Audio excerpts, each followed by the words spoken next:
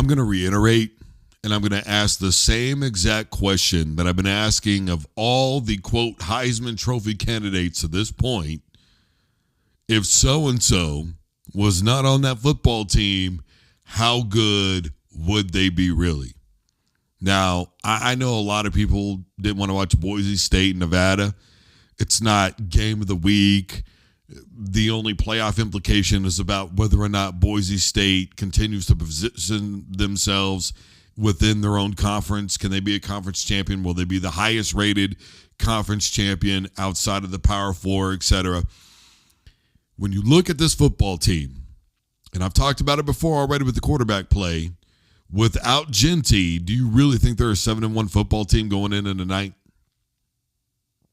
If you actually watch Boise State and you actually watch Jeanty, you will see that he's not just a running back. This man is a football player. Not just with running. He blocks. There was an interception that was called back on a bad call, by the way, but it was called back. But when the ball was picked off, Jeanty went and made a tackle. He's just a football player and maybe the best football player in the country. And without him, to me, it is obvious that Boise State is not the same football team. We're not talking about Boise State. We're talking about whatever football team he's playing on. And that's all there is to it. That's it. That's the argument. And it shouldn't be anything else other than that. Now, obviously, there's nuances, right? There's subtleties, there's this and that. And I'm not even talking about whether or not Boise State could compete in the playoff. I'm not talking about their record against so-and-so or the type of teams they're playing against or any of those things. I am simply discussing whether or not Boise State would be relevant without him, and they wouldn't be. Everything else is a moot point. Because they wouldn't be. If anybody watched Boise State, Nevada tonight, you would have obviously seen that Maxson, he's just in the coverage, poor decision-making, nervous in the pocket, can't settle down, a million and one other things. Without him, they are not the same football team, and that's all there is to it. Shedeur, Travis Hunter, they also built cases. Without them, is Colorado a 7-2 football team right now? You really think they beat Texas Tech with the start they got off to? Sure, Sanders didn't play good at all in the first quarter, but then the other three quarters, everybody wants to talk about that receiving core and how good it is. Do you understand what Travis Hunter does?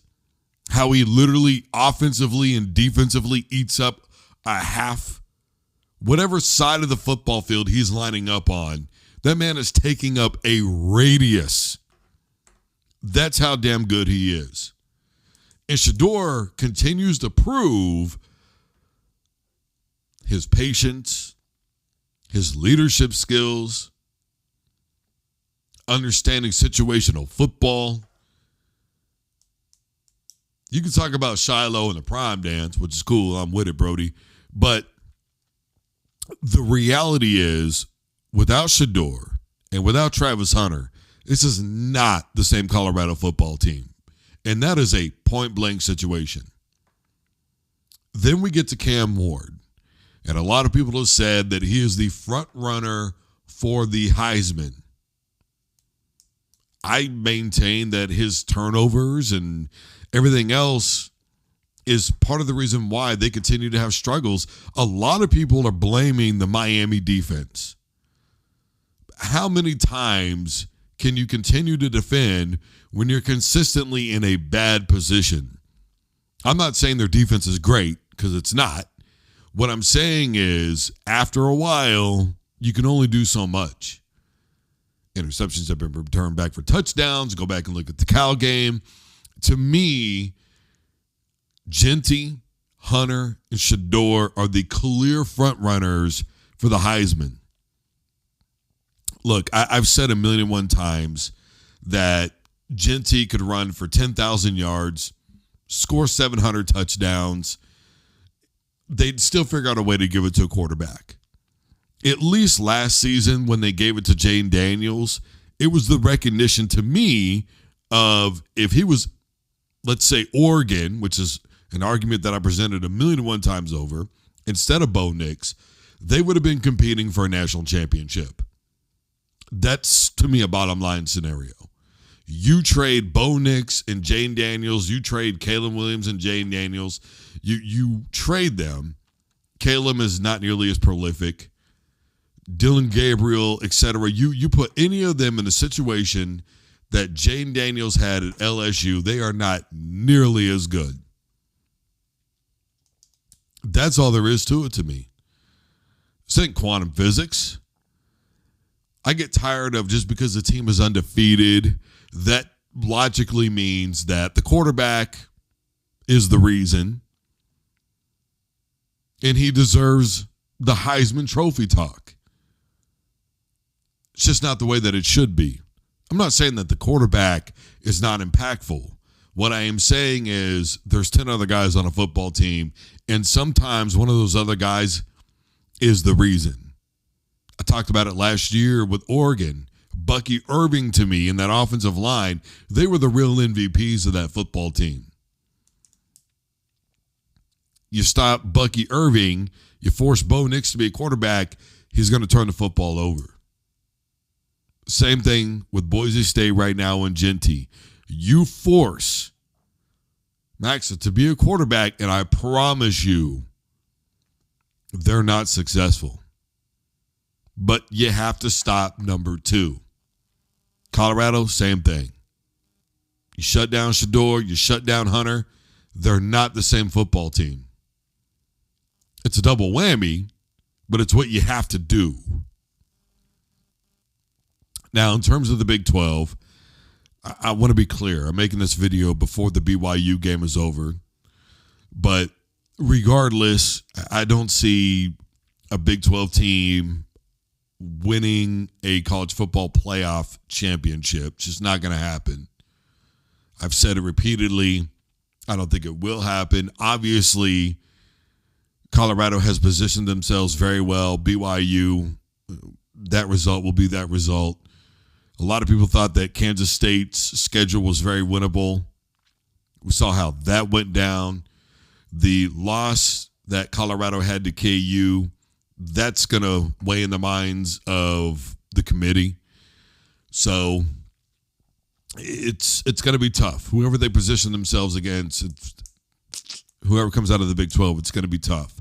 And I don't know that more than one team comes out of the Big 12. I just don't. I know there's 12 slots to fill, and a lot of people feel like that's a lot, that's plenty, that's too much, not enough, whatever the case may be. Regardless, I don't know, man. I don't think the Big 12 gets 2 teams in. I think they get whoever their conference champion is, and that's it. So it's going to have to weigh on that. Obviously, Iowa State, they lost earlier, so they're probably done. I don't see a scenario where they get in. Right now, it's probably BYU and Colorado. In terms of everybody else, look, I know I thought that Georgia should have been number 1. And, you know, I had my doubts about it when I said it, but it is what it is. Carson Beck, too many turnovers. Same thing with Cam Ward, too many turnovers in Miami. The reality of the situation is simply this. Georgia's not done, but they're close too. And don't they have Tennessee coming up next weekend? Now, obviously, we're going to see what's going to happen with Nico because, you know, the injury happened and all that stuff. So, you know, we'll see what happens with Tennessee. But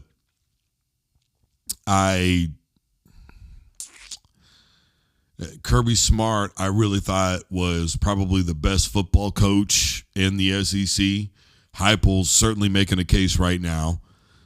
And the reality is I thought that Kirby Smart had outcoached Caleb DeBoer, especially in the second half. Lane Kiffin, I don't think outcoached Kirby Smart. I think Kirby Smart has kind of lost a little bit of control. I think he started feeling the pressure that he hasn't felt before. I don't know why with the expansion. I feel like coaches are really kind of taken a turn, right? It feels like the really good coaches that we saw before, they're suddenly really paranoid in the month of November, which is bizarre to me. You would think this would be the month in which they thrive, right? September's for the pretender, October's for the maybe, November's for the real deal. I really thought Kirby Smart had proven himself over and over again. Now, it could just be a down year in Georgia. And I'm not saying he's a bad coach, because clearly, great coach. But it's just really bizarre to me to see him being this way. I don't know what he knows. I mean, he's acting like a man with his job who's on hiatus, and it's not. Like, he's preserved. He's secure. He's safe. There's a million and one of the coaches. I mean, I talked about going into this football game that Lane Kiffin needed to prove himself. How much longer? You know, and I've said over and over again that this season, Lane Kiffin has been gift-wrapped. 2 losses, and you could still potentially get in. And he has made some horrendous coaching decisions this year. And I've repeated over and over again how with Lane Kiffin, it's never worked out anywhere. Tennessee, USC, the Raiders, Ole Miss, it just kind of seems to fall apart this time of the year. I mean, that was a much-needed win for Lane Kiffin, and it preserved his job for at least another year. But it was weird because Lane Kiffin was acting like he was Kirby Smart. Kirby Smart was acting like he was Lane Kiffin. That was a little crazy for me to see, but it is what it is. Miami, obviously, I think everybody saw the Georgia Tech game. They lost. It makes SMU number 1 in that conference now. Clemson, look, if Clemson figures out a way to get into the CFP, they're not going to do much of anything. That much I can tell you. Dabo Swinney's still a hell of a football coach, but Klubnik is just not good enough to get you to where you want to go. I mean, that's all there is to it. Too many mistakes. You know, sometimes it does come down to quarterback play. I don't think there's enough balance with that football team. And the ACC is so down this year. I mean, you know, Syracuse doing what they always do this season. They're either up big and blow the lead, and then they got to come back, or they're down big, and then they got to come back. Couldn't get it done. Colorado's kind of in that same boat. I mean, this season is such a toss-up, right? I still think Indiana is a top 5 football team. I really think, honestly, right now, look, man, I wouldn't have a problem with ranking them number 1. I know a lot of people are going to look at that game against Michigan and go, oh, please, they still got Ohio State left. What do you think is going to happen? The turnaround for that football team has been amazing. They were who I predicted in the Big Ten at the beginning of the season. They're undefeated right now. The second half of that football game, their offense was non-existent, but their defense was. I've said over and over again that sometimes you have to kind of grit out some of these games. You got to prove that you can do it. It still builds the confidence of your football team. I think maybe they're starting to get a little bit cocky in Indiana, if I'm being honest with you, but when you saw Cignetti and the way that he was at the end of that football game, man was in damn near tears. I always say that a football team ends up being reflective of who their coach is. I think Indiana is reflective of a damn good football coach. You could say the same thing in Colorado right now with what's going on in Prime. Again, I don't think they'll, even if they happen to figure out a way to get to CFP, I don't think they're going to do anything. But right now, they've certainly done a lot. My thing with Prime is I don't think he's going to be there next year. I would love to watch him see this through, but I just don't think it's going to happen. It's really a toss-up right now. I still think probably you got to have Oregon now at number 1. For me, Indiana would then be number 2. Texas, they won in a blowout. They did the damn thing. I would think that they're going to move up from 5 to probably 3. And then from there, I mean, it's just, it's all subjective, right? Objective, whatever the fuck you want to call it. It's such a toss-up in college football, which is, God, I just wish there would just be a direct playoff system in place instead of fucking voters. But I guess we're going to see on Tuesday night what happens after this weekend. But Georgia's probably going to drop significantly. Alabama's going to move up after they win over LSU, especially with the way that they won. Jalen Milroe running the football the way that he did. Ryan Williams being used in a number of different ways, reverses, screens, running back, wide receiver. They're really utilizing him to the fullest right now. And as much as I don't like it, even though they're a 2-loss football team, the reality is the committee, as long as they keep winning, they're going to throw them in. That's all there is to it. And I think for me, that's the thing that frustrates me the most about the committee is they're waiting for everybody else to lose and waiting for the teams that they love to win, which sucks and it pisses me off. But, it is what it is. It's a toss-up. And I keep saying that a big part of this is really all about the transfer portal. It's leveling the playing field so quickly, much quicker than what we saw with the scholarships. The 100 to 75, it took a little while, right, before it leveled out. But this is a challenge for a lot of football coaches right now in D1. Is Georgia out right now? No, they're going to drop, but they'll probably still be 10, but they're going to be in that top 15 at least. I mean, that's all there is to it. The loss is not a good look for them. Ole Miss is probably going to go into like a 9 or 8 spot, and then depending on how BYU goes, they might be able to creep up into the top 5 if they're able to finish it out tonight. But if not, they drop significantly. That's all there is to that. But it's so hard to call it right now. I mean, it really is. But for me, honestly, I would put Indiana ahead of Oregon. I know Oregon's got the win over Ohio State, but I just think defensively they're a much better football team than Oregon is. I'm just saying. But I guess we'll find out in the big championship game because, I mean, that's the way that it's looking right now. But, man, I'm telling you, it's tough. But in terms of what I think the voters will do, I think the voters will have Oregon at number 1. Number 2 is going to be complicated. You're certainly not going to put Miami in there. They're going to drop a few spots. Indiana's logically going to be able to move up. Maybe Tennessee at number 2. They'd probably have Indiana at 3. At number 4, man, and this is a guess, if BYU wins them, and really even then, they probably put Texas ahead of BYU, and probably Indiana, really. I mean, I'm just thinking out loud here. What is the committee going to do? I'm trying to put myself in their shoes and think about what they would do versus what I would do. Because what I would do would be completely different. But it's so tough right now in college football, man. I mean, it really is. It's for the longest time, because of the way that college football was set up, it was really easy to just be like, hey, look, this is a team full of juniors and seniors. They're experienced. They're probably going to win. It's not like that anymore. It's really not. I think Indiana's second most in the transfer portal in this season, aside from Prime, what he did at Colorado. It just, and the thing about Indiana is they're just a football team, which should be nice for anybody who really, truly loves football to watch a team like Indiana. I'm just saying. Definitively, I guess just to bottom line this damn thing, to me, Hunter's number 1 for the Heisman race.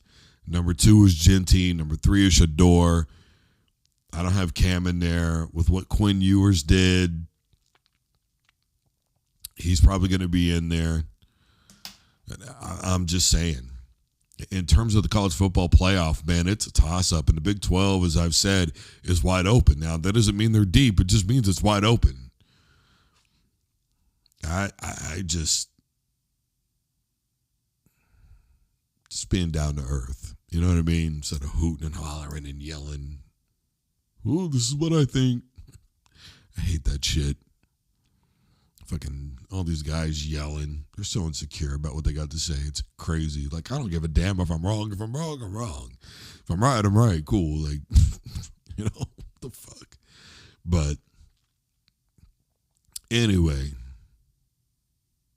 well, enjoy the rest of your night and Sunday, depending on when you see this. Everybody stay safe.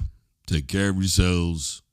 I'm Drew Duncan, Facebook, Twitter, and Instagrams, all at Drew Duncan Radio. YouTube, I'm everywhere. I'm not difficult to find. If you get fucked up, take an Uber, man. It's not worth it. You guys have a great night. Stay safe.